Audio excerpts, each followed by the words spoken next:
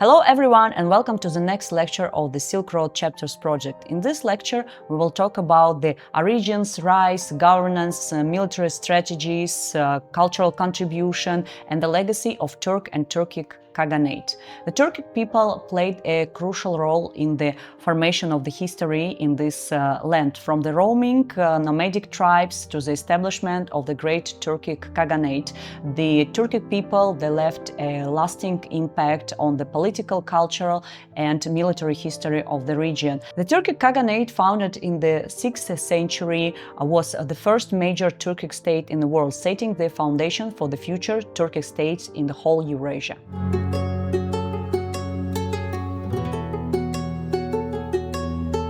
Now, when most people hear Turks, they immediately think about modern Turkey. And yes, there is a connection, but the story begins much earlier, deep in the heart of Central Asia, across Altai mountains, in the Orkhon valley and the vast Eurasian steppes, thousands of kilometers from Turkey and almost 1,000 years before the formation of the Ottoman Empire. The modern Turkish people, they belong to the big family of around 40 Turkic languages, but the origin of Turks is not Anatolia. The Turkic people trace back their origin to the steppes of Central Asia, especially if we talk about modern Mongolia, Altai mountains and Siberia. Historical records suggest that the ancient Turks were the people who spoke Proto-Turkic languages, and in their everyday life they relied on livestock herding, hunting and the limited agriculture.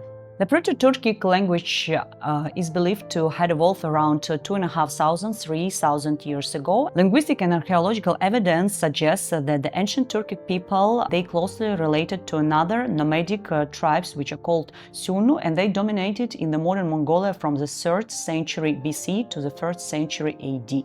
Recent studies of the burial hills or kurgans in Mongolia and southern Siberia show that the early Turkic communities had the advanced metallurgy, distinct clothing style and artistic traditions. They also found the clothes which were made of felt and embroidered wool with the patterns of deer, eagle and wolf, which symbolize strength and freedom. Also, jewelry and tools found in these graves, they prove that there were trading connections to China and even up to Iran. According to the legends, all Turks originated from so-called Ashina clan. The Ashina clan's origins is a mystical thing, so according to the historical sources which were written down by Chinese historians, the Ashina descended from a noble boy who survived the massacre. He was adopted by the she-wolf, he grew up and he fathered the generation of warriors. His descendants eventually formed the Ashina clan, which would later lead the Turks to the prominence. Ashina is translated as wolf, which comes logically from the legend. This legend reflects the common motifs in the history of Turkic and Mongolian culture, where the wolf symbolizes strength, resilience and the divine protection. But even though the legend is symbolical, but the historians, they traced the roots of the Ashina clan to the real nomadic tribes. The Ashina likely emerged from the Sunnu, the confederation of the tribes that ruled in the Eurasian steppes before the Turks. By the 5th century AD, Turks, they settled in Altai mountains, working as blacksmiths and serving as vassals to the great Qaghan Khaganate. Social structure in the early Turkic communities was clan spirit. Each clan had its own totem animal and ancestral spirit. The loyalty to the king was everything.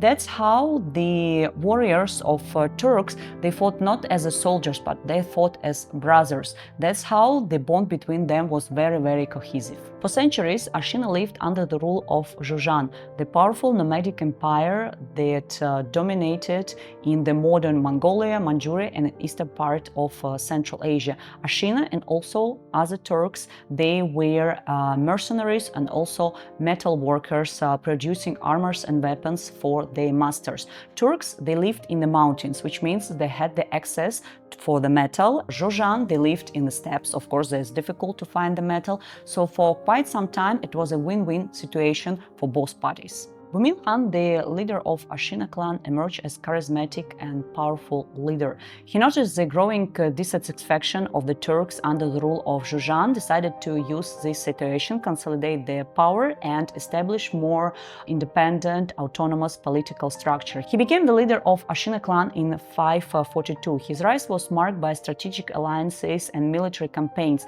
that eventually would lead to his ultimate rebellion. One of the Bumin's most significant moves was his alliance with the Western Wei, a dynasty in northern China. At that time, Western Wei, busy with the wars with Eastern Wei and their allies Qaghan, saw in Bumin the valuable allies against the Qaghan Empire. So that's how the ruler of the Western Wei sent the envoys to Bumin, and they made a pact.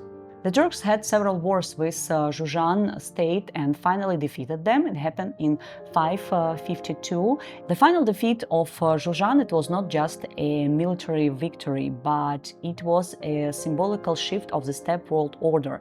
Qaghan for a very long time has established themselves as the supreme rulers of the steppes. They fall opened up a power vacuum that Turks felt instantly. Starting from 552, they started to send the envoys and letters to the court of China not as their vassals but as equals. They demanded the recognition of their own titles, and when they were sending the tribute missions to China, they were more like state visits than traditional offerings. Not only Bumin Khan defeated Qaghan, but he also proclaimed himself to be Qaghan, a Turkic title equal to emperor. This marked the birth of the First Turkic Khaganate, the first empire which was ruled by Turks and for Turks. Bumin didn't rule for a long time, and he died shortly after declaring the victory, but his successors carried the torch forward. His brother Istemi and his son Mukan Qaghan expanded the territory of the empire dramatically. Istemi, the brother of Bumin Khan, he was proclaimed to be Yabgu, the second person in the state. Practically, Mukan, the son of Bumin, was the official ruler, but Istemi, he ruled in the west and was quite independent for around 20 years. In 553 or 554, the ambassadors from Sassanid Empire, or Persia, came to Turks seeking for their friendship. Actually, it was a good move for the Turks, because with this pact, they could get the big part of Central Asia and also got some parts of Great Silk Road under the control. So they made a pact, and the daughter of Istemi became the wife of the Persian ruler. In 554, the army of Istemi moved to the west. It actually wasn't a very difficult military campaign for them, and very easily they conquered some parts of Central Asia, including Khwarezm, plus a lot of the tribes in the northwest part of Central Asia. After some time, they also defeated Eftalites, or White Huns, and annexed a part of Sogdiana, the central part of modern Uzbekistan. And also further, they moved to Caucasian territories, Crimea, and became the neighbors of Byzantine Empire. After this, Turk made a pact with Byzantine Empire, and in alliance with them, they started to fight against their older friends, Persians, and even more in 560s, 570s, they had several wars against Iran. Quite complicated relations, isn't it? What is also fascinating is how well-informed Turkic elite was about the wider political landscape. Istemi and his advisors, they knew about the struggles between the Persian and Roman Empire, and also internal strife of Sassanid Empire. They were not just warriors reacting to the events, no, they were proactive statesmen who were reshaping the diplomacy on the steppe. The Sogdiana played a key role here. These Iranian-speaking merchants played a great role in economical and political life. A lot of them served at the Turkic court as translators, advisors, and mediators. A lot of documents, Sogdian documents, which were found in Dunhuan, they show how close these people were to the Turkic court. The alphabet was even adopted by Turks for inscriptions and the trading documents before the invention and development of the old Turkic runes. Pay attention to how fast this empire grew. By 570s, the Turks controlled the huge territories from Manchuria through Mongolia up to Caspian Sea and Byzantine Empire in the west. But don't think that it was one big stable state. Not at all. Remember Istemi, the brother of Bumin Khan? Well, he ruled in the western part of Khaganate and he was quite independent, but for quite some time the Western Khaganate bowed to the Eastern Khaganate. But still, the life of the Turkic Khaganate was full of civil wars and strifes. The population was very diverse and it was very difficult to stick them together. Also, like many empires, the Turkic Khaganate became too big too fast. By the 603, the different problems inside the empire, succession disputes, the internal strifes, and this big size of the state led to its split in 603 in two branches. The Eastern Turkic Khaganate in Mongolia, close to China, and the Western Turkic Khaganate, centralized in Central Asia, close to Sogdians and Persians. Each side had its own Qaghan and court, but they were always in conflict with each other, which actually weakened both sides. They were deadly enemies for a lot of decades. In the east, Turks felt the increasing pressure from the Tang dynasty in China, especially during the time of the Emperor Taizong. In 630, Chinese warriors they defeated the army of the Eastern Turkic Khaganate and captured the Qaghan, essentially ending the independence of the Khaganate for several decades. But the western parts carried on. They ruled from the capitals in modern Kyrgyzstan and Kazakhstan, and they kept on playing a great role in the local politics and trade. Let's take a pause and say a couple of words about the religion of Turks. Turks were not just warriors, they had a deep spiritual world too, and in the center of that world was Tengrism. It was not a structured religion with books and temples as Buddhism and Christianity. It was a deep guiding belief system, something you lived, not something you recited. At the center of it was Tengri god, the sky god. Tengri wasn't some god who lived in the skies. No, he was considered to be an ultimate force who created and balanced the whole world. Everything under the sky, from the mountains and rivers to the fates of empire, was believed to be under the Tengri's watchful eyes. If Han had the success, it means that he had a blessing from Tengri. It wasn't just for the show, it was a real political legitimacy.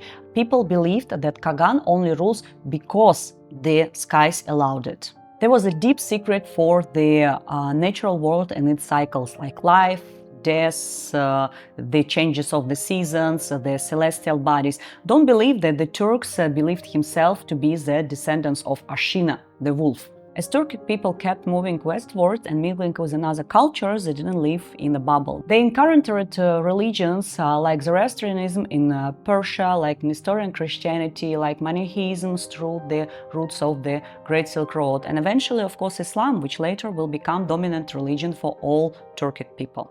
But even after adopting these new religions, the old beliefs of Turks didn't vanish all of a sudden. It stuck around, especially in the belief of fate, the role of the heaven in the politics, and they believed that the kings are semi-sacred figures. The Eastern Khaganate wouldn't stay down for a long time. In 682, the new ruler, Turkic Khaghan from the same Ashina clan, he defeated the Chinese rule in Mongolia and restored the Eastern Turkic Khaganate. This marked the beginning of the Second Eastern Turkic Khaganate. The Second Khaganate was much smaller than the first one, but it was more centralized and ideologically unified. Its center was in Orkhon Valley in modern Mongolia, and they came back to their roots like Tengrism, nomadism, and tribal unity. During this revival, Turks rebuilt their power base in Orkhon Valley and reorganized their administrative system. They issued decrees carved in stone. They trained the new generations of scribes and standardized their titles across the whole empire. They also divided their army according to the decimal units like 10, 100, and 1000, same as Mongols centuries after them. They also began to use the permanent settlements more often. While still primarily nomadic, they started to have their headquarters where they had the stockpiles of grain, weapons, and ceremonial gear. This functioned as seasonal capitals where Qaghan would meet their tribal leaders and host their foreign envoys.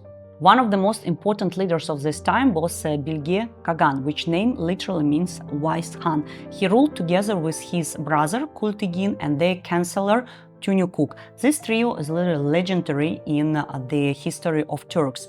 Tonyukuk in particular was fascinating. He wasn't a Qaghan, but he was an architect of many victories and reforms. He was the one, for example, who emphasized that it's necessary to preserve the nomadic traditions, warning that absorbing the foreign traditions like Chinese can weaken the Khaganate. One of the greatest gifts of that era are the famous Orkhon inscriptions in Old Turkic script carved into stone monuments in Orkhon Valley. They were erected in 730s in honor of Tigin and Bilge Qaghan. They are not just memorials, they are political manifestos, moral lessons, and historical records. They speak directly to the Turkic people, recounting their rise, their mistakes, and their destiny. This inscription reminds people not to forget their roots, to stay strong and united, and to be faithful to Tengri. This inscription is important not only for Turks, but also to the modern scientists, as on the basis of this inscription, they can study the Old Turkic language and script. One of the inscriptions famously says, "If the sky above did not collapse and the earth below did not split, who could destroy the Turkic people?" And the Turks really believed in that no one could destroy them. Unfortunately, it was not true. Even though the Second Turkic Khaganate made a big return in 630s, but unfortunately it didn't last for long. After the death of Bilge in 734, it started to fall apart. The problems had started from the top because there were too many weak rulers who just couldn't control the situation in the state. A lot of people were unhappy with the taxes, and some groups, as Uyghurs, they started to think that they could become independent themselves, and that's how they started a full-on rebellion. They captured and killed the last ruler, Uzmish Qaghan, and pretty much took over the show. The same year, the Uyghur Khaganate was born with Kutluk Bilge Kul Qaghan as its ruler. They set up their capital in Ordubalik and started to use a lot of the things which were used by Turks. For example, writing in the same script and also using the same administrative system. But just because the Turks were gone as a state, it doesn't mean they disappeared at all. A lot of them moved further to the west, to the other parts of Central Asia and eventually to the Europe. Others of them, they worked as mercenaries or soldiers in the armies of Tang dynasty or Abbasid Caliphate. They assimilated with a lot of other nations. Over the time, they blended with another culture and formed another tribes that will play a big role in the future history, like Oghuz, Kipchaks, and eventually the Ottomans. Positioned in the heart of Central Asia, the Turks controlled the vital parts of the Great Silk Road, which was going from the east in China and up to Byzantine Empire to the west, also extending southwards to Iran and Persia. But the Turkic people didn't benefit from these routes just passively. No, they took very active part in this exchange on these trading routes. They actively managed and protected the routes, making them safe for the caravans. Among the main goods which were transported across the Turkic territory were Chinese silk, Persian textiles, Indian spices, Byzantine glassware, gold, and precious stone.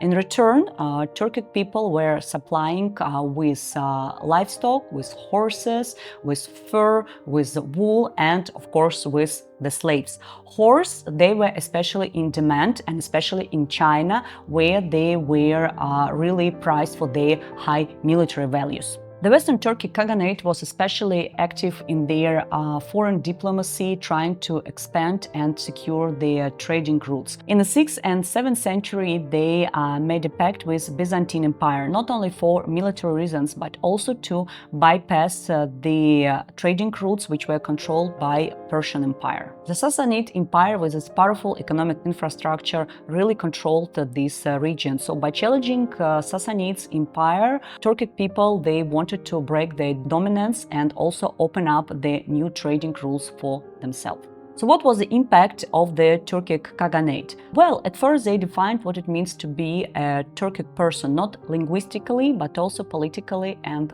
culturally. Their model of tribal federation, sacred kingship, and religious legitimacy through Tengri would be copied and adopted by future empires. The Uyghurs inherited much of their political structure. The Karakhanids, Seljuks, and eventually the Ottomans are their descendants, literally and legitimately. Even in modern Central Asian countries like Kazakhstan, Kyrgyzstan, and Turkmenistan, you'll find national myths that trace back to the Great Turks and their Khaghans. Turkic language and identity also spread far and wide. Today, Turkic languages are spoken from Turkey to Siberia to Western China, thanks in large part to the movements and influence of these early Khanates.